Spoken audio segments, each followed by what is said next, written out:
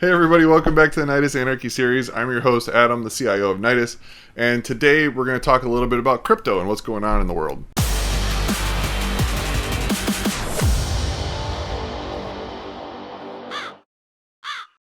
So, a lot of you may have heard that Polygon Matic and a few other tokens have been labeled as securities by the SEC, and people are freaking out about it. What does that even mean, and who cares? What does that even mean? So here's what this comes down to.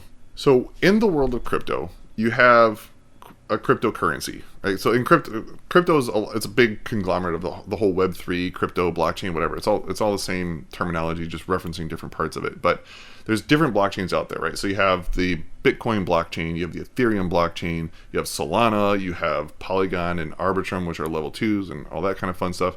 But the gist of it is this. Each of them are their own networks, right?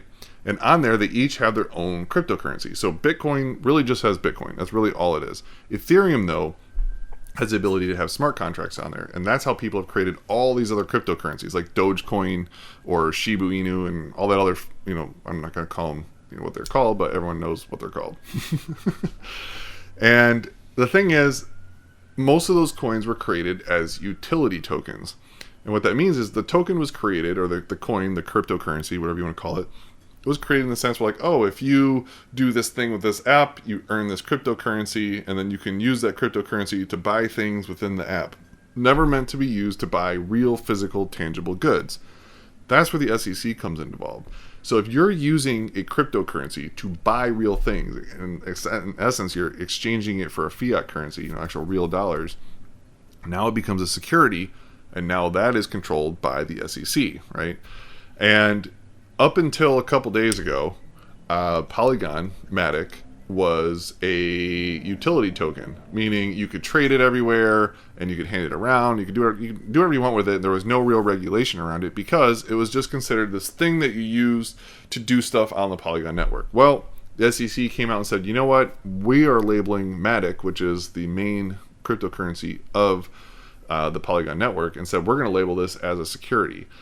And that just made everyone poop their pants because instantly what that means is two things. One is you're now regulated on how you can trade and control and who has access to it and all this kind of fun stuff, and especially then also you can tax it. So now it's considered a money.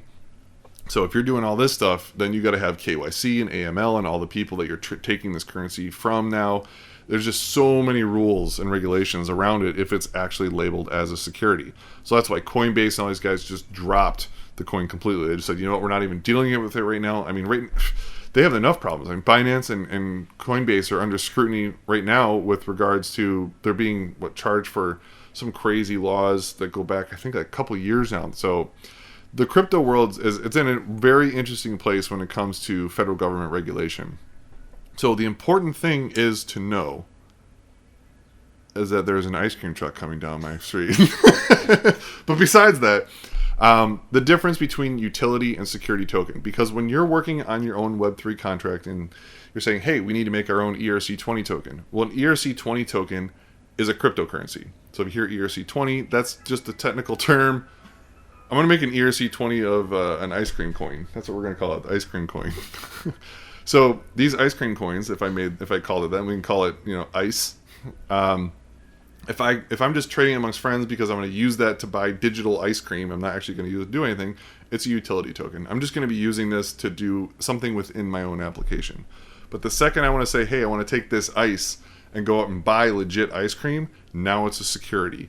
So if you're trying to get into the Web3 space and you're saying, hey, we want to create a digital token because I want to sell it and I'm going to sell my cryptocurrency and people are going to give me $1 and in exchange I'm going to give them all this money and they're going to make so much money on it as an investment and we're all going to get rich, you're in violation of SEC and you're going to be on, like what we all joke around is you're going to be wearing the orange jumpsuit. So be very careful if you're getting into the Web3 space and you're going to create your own cryptocurrency, because if you create a security and not a utility token, it's a huge difference between going to jail and not going to jail. But the difference technically is nothing. It's just how you use it. So I highly recommend that if you're looking into creating your own cryptocurrency for whatever project that you're working on, that you consult with someone that absolutely knows the difference between a security and a utility token, so therefore you stay on the right side of those bars that are out there, because for some reason the government is coming after the crypto world pretty hard right now. I have an idea. My tinfoil hat. Let me put on my tinfoil hat here, since we're going to talk about some tinfoil hat stuff. Tinfoil hat stuff is that the government is most likely going to be pushing out their own type of a digital currency in exchange for fiat currency, kind of like what China did. And it would not be beneficial to have a bunch of people using other cryptocurrencies when you want them to be using your cryptocurrency. One way to do that is stifle development, stifle the use of all the other cryptocurrencies that are out there.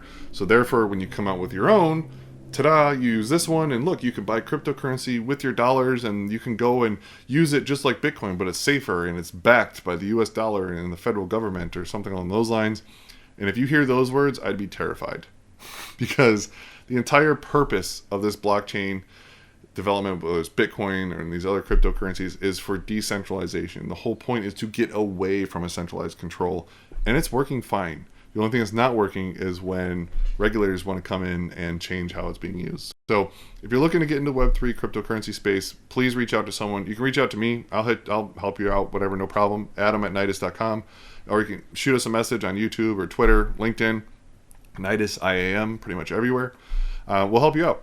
It's not a problem. We can jump on a phone call and tell you more in detail about what you're doing. You tell us about your project, we'll tell you, kind of steer you in the right direction, because I know a lot of you guys want to get into this Web3 blockchain space. We've had a lot of clients hit us up saying, hey, we want to implement blockchain for this, and we want to do cryptocurrency for that. And it's all well and good, but you need to make sure you follow these strict lines, because there's a boundary as to what's considered legal and not legal, and most people don't know that. So be safe out there. Crypto world's crazy, but it's a ton of fun. I'll see you guys around. Later.